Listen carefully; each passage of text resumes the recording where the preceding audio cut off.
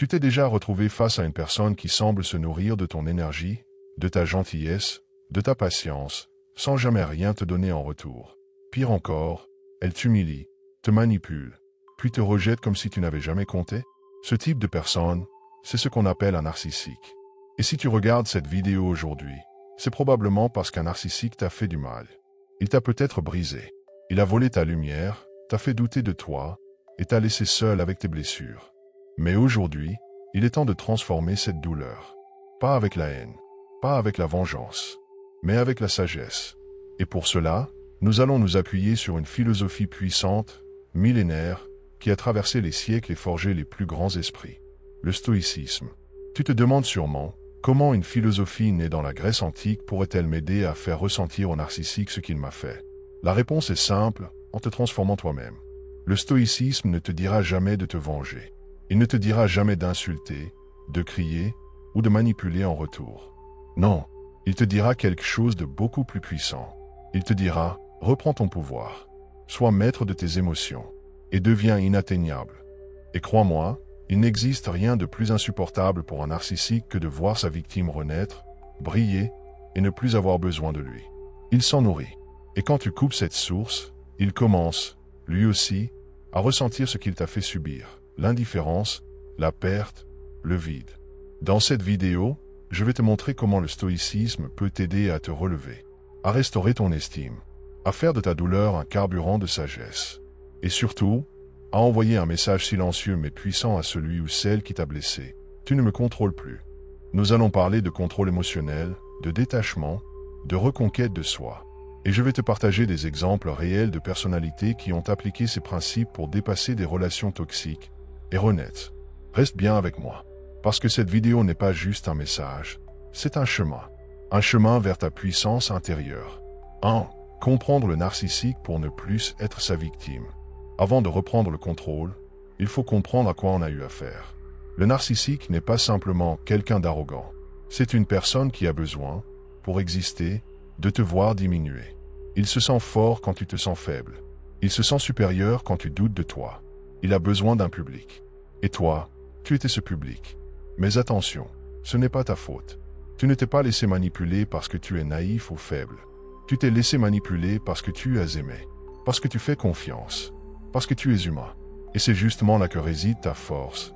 Et c'est ça que le stoïcisme t'aide à retrouver. Le stoïcien, ce n'est pas quelqu'un de froid ou d'insensible. C'est quelqu'un qui refuse d'être l'esclave de ses émotions ou des autres. Il observe, il comprend, il agit avec raison. Et surtout, il ne permet plus à quiconque de décider à sa place de ce qu'il vaut. Prenons un exemple concret et inspirant. Une femme, que nous appellerons Aïssata, a vécu plusieurs années avec un homme narcissique. Il la rabaissait en privé, mais jouait le parfait compagnon en public. Il utilisait la culpabilisation, le silence et le chantage affectif pour la maintenir sous contrôle. Un jour, elle est tombée sur une phrase qui a tout changé pour elle. Tu ne contrôles pas ce que les autres font, mais tu contrôles ta réaction. Elle a commencé à écrire chaque soir ce qu'elle ressentait. Elle a analysé ses émotions. Elle a appris à ne plus répondre aux provocations. Elle est devenue, petit à petit, indifférente. Et ce silence, ce calme intérieur, a été le début de sa libération. Le narcissique a perdu son pouvoir le jour où Aïssata a arrêté de réagir. Toi aussi, tu peux le faire. Tu peux reprendre le contrôle, non pas pour le punir, mais pour retrouver ta paix intérieure. Et cette paix, crois-moi, est une forme de justice bien plus puissante que toutes les vengeances. Dans la prochaine partie, on va voir comment reconstruire ta forteresse intérieure et faire en sorte que plus jamais un narcissique ne pénètre dans ta vie. 2. Reconstruire ta forteresse intérieure. Le pouvoir du détachement. Un narcissique ne s'attache pas à toi. Il s'attache à ce que tu lui donnes. Ton attention, ton admiration, ton énergie.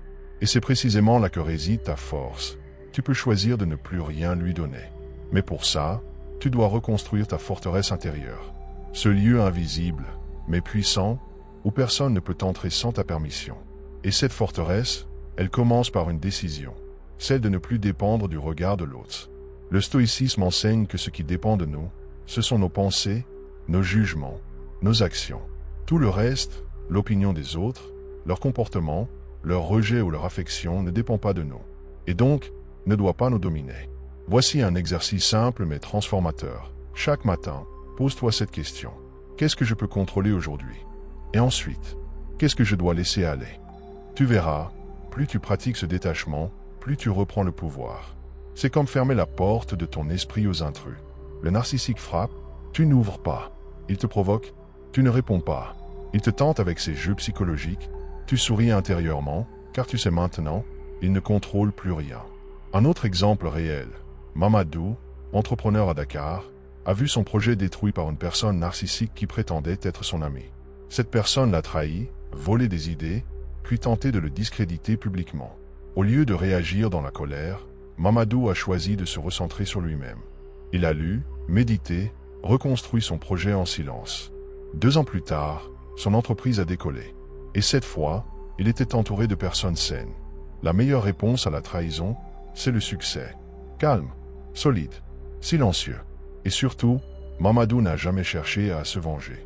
Il a juste enlevé le pouvoir qu'avait l'autre sur lui. C'est ça, reconstruire ta forteresse. Ne pas chercher à punir, mais à évoluer.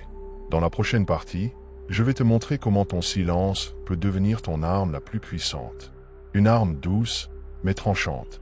Une forme d'élégance stoïcienne qui fait trembler les manipulateurs. 3. Le silence stoïcien. Une arme élégante et redoutable. Le narcissique se nourrit de tes réactions. Il cherche la confrontation, le drame, l'émotion. S'il te provoque et que tu cries, il gagne. S'il te blesse et que tu pleures devant lui, il savoure sa victoire. Mais s'il te provoque et que tu ne réagis pas, s'il te rabaisse et que tu restes calme, alors quelque chose en lui commence à vaciller. C'est là que le silence stoïcien entre en jeu. Le silence n'est pas une faiblesse. Ce n'est pas une fuite. C'est un langage, un message clair, mais non verbal, qui dit « Je suis au-dessus de ton jeu ». Et ce silence, quand il est maîtrisé, devient une arme redoutable. Pas pour blesser, mais pour désarmer. Regarde dans l'histoire, ceux qui ont marqué les esprits, ce ne sont pas ceux qui ont crié le plus fort. Ce sont ceux qui, dans les tempêtes, sont restés calmes. Ceux qui, au milieu du chaos, ont gardé leur verticalité. Et le narcissique, lui, ne comprend pas cette force. Il panique devant ce qu'il ne contrôle pas. Il devient nerveux. Il s'agite. Parce que ton silence lui renvoie un miroir, celui de son impuissance. Un exemple très simple. Une femme nommée Mariama, après des années de relations toxiques, a compris que chaque mot qu'elle lançait devenait une arme que son ex utilisait contre elle. Alors elle a changé de stratégie. Elle a arrêté de se justifier. Elle a arrêté de vouloir expliquer. Elle s'est mise à répondre par le calme, le regard, l'absence. Et très vite, c'est lui qui a commencé à perdre pied. Le silence, ce n'est pas l'absence de voix. C'est la présence de ton pouvoir. Et ce pouvoir, il ne se crie pas. Il se ressent.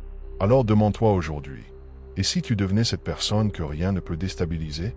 Et si, au lieu d'exploser, tu apprenais à imposer le calme, pas pour fuir, mais pour t'affirmer sans bruit? Dans la prochaine partie, on va voir comment faire de cette expérience une renaissance personnelle et comment transformer la blessure laissée par le narcissique en carburant pour ta nouvelle version de toi-même. Prépare-toi à renaître. 4.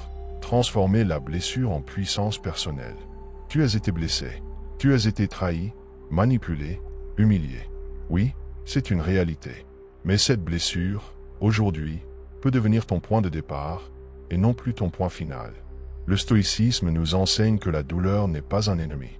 C'est un messager, un enseignant. Elle te montre où sont tes limites, où tu as laissé quelqu'un pénétrer ton espace intérieur. Et maintenant que tu vois cela clairement, tu peux choisir de ne plus jamais laisser cela se reproduire. Ta blessure n'est pas une honte. C'est une cicatrice. Et chaque cicatrice raconte une histoire, celle de quelqu'un qui a survécu. Tu veux aller plus loin? Pose-toi cette question. Qu'est-ce que cette expérience m'a appris sur moi? Tu verras. Tu découvriras peut-être que tu es plus fort que tu ne le pensais, que tu as une capacité immense à te relever, que tu peux aimer sans te perdre, et surtout, que tu peux reprendre ta valeur, non pas dans les yeux de l'autre, mais dans ton propre regard. Voici un exemple qui peut t'inspirer. Abdou, un jeune enseignant, a été victime d'un harcèlement psychologique constant de la part d'un supérieur narcissique. Chaque jour, des remarques subtiles, des humiliations déguisées. Il a failli abandonner. Mais un jour, il a décidé de noter chaque manipulation dans un carnet. Non pas pour se venger, mais pour comprendre. Et dans ce processus d'observation, il a commencé à voir clair dans le jeu. Il s'est formé. Il a repris confiance. Il a changé de poste. Et aujourd'hui, il aide d'autres à détecter ces schémas toxiques. Il a transformé sa blessure en mission. Et toi, que peux-tu créer à partir de ta douleur? Un projet? Une force intérieure? Une nouvelle version de toi? Le stoïcisme t'invite à comprendre une chose essentielle. La douleur peut être ton tremplin. Si tu l'acceptes, si tu la regardes avec lucidité, si tu la traverses sans fuir, elle te rendra plus puissant, plus libre, plus vrai. Dans la prochaine partie, nous allons explorer comment tracer une nouvelle route et surtout, comment attirer désormais des relations saines, équilibrées, où tu n'auras plus jamais à sacrifier ton âme pour être aimé. 5. Attirer des relations saines après une relation toxique. Une relation toxique laisse souvent des traces invisibles. La peur de refaire confiance, l'envie de s'isoler, ou même le doute permanent de sa propre valeur. Et c'est normal. Après avoir été manipulé, humilié ou vidé émotionnellement, on devient méfiant. On a peur d'aimer. On a peur d'ouvrir à nouveau son cœur. Mais voici une vérité essentielle. Ce n'est pas parce que tu as connu le poison que tu dois renoncer à l'eau pure. Le stoïcisme ne nous dit pas de fuir les relations.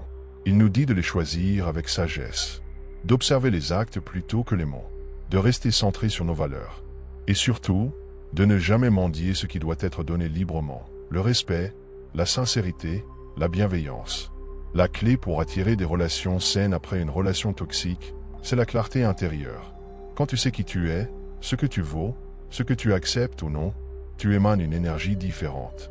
Tu ne séduis plus en cachant tes blessures. Tu séduis par ta paix, ton équilibre, ta vérité. Un exemple parlant. Aminata, jeune mère célibataire, sortait d'une relation destructrice avec un homme qui la rabaissait constamment. Pendant des mois, elle a travaillé sur elle. Thérapie, méditation, lecture, solitude choisie.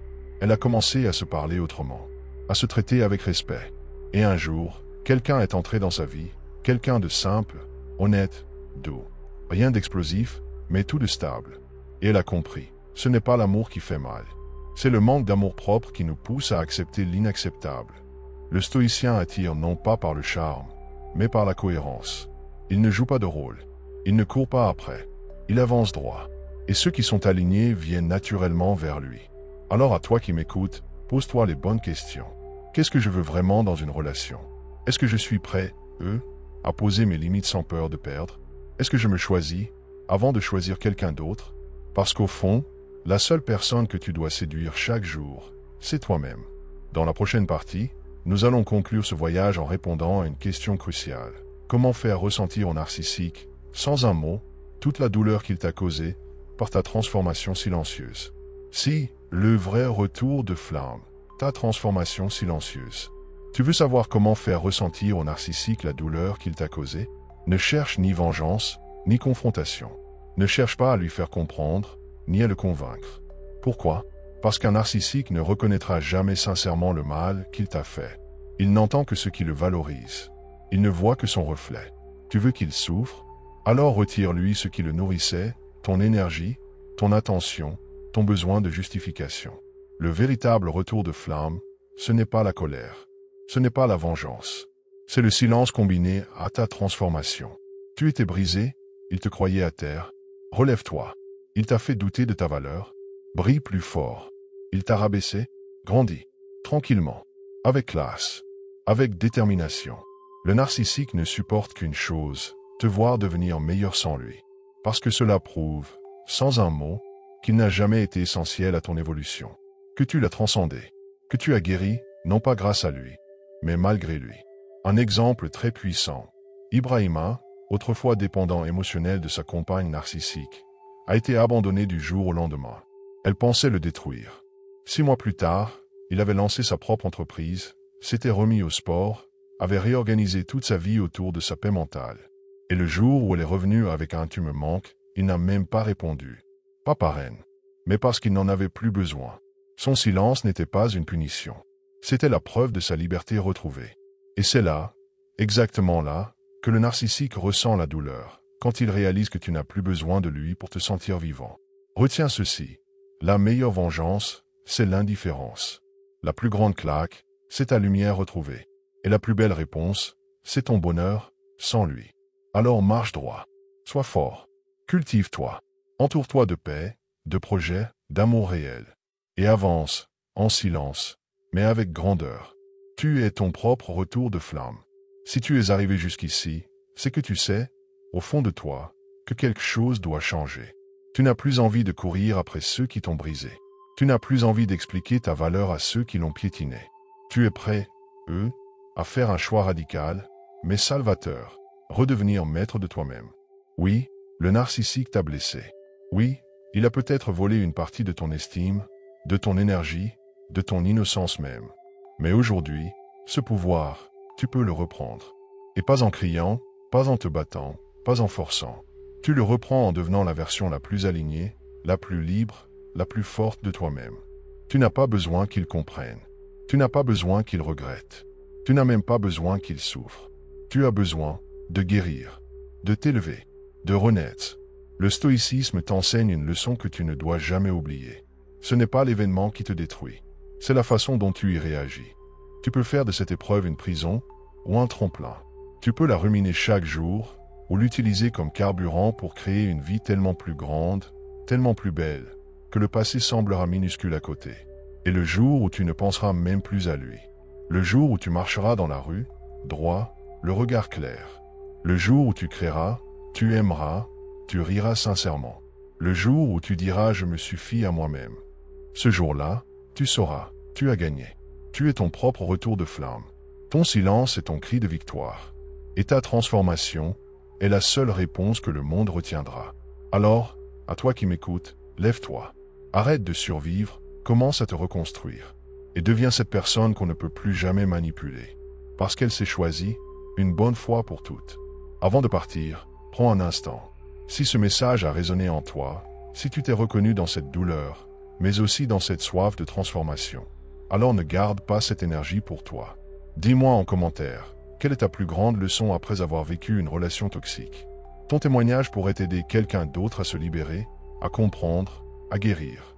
Abonne-toi à cette chaîne, car ici, on ne se contente pas de parler. On se relève, on se reconstruit, on s'élève, pas à pas, vers une vie de clarté, de force et de paix intérieure. Partage cette vidéo à une personne qui a besoin de retrouver sa lumière. Tu peux être l'étincelle qui change une vie.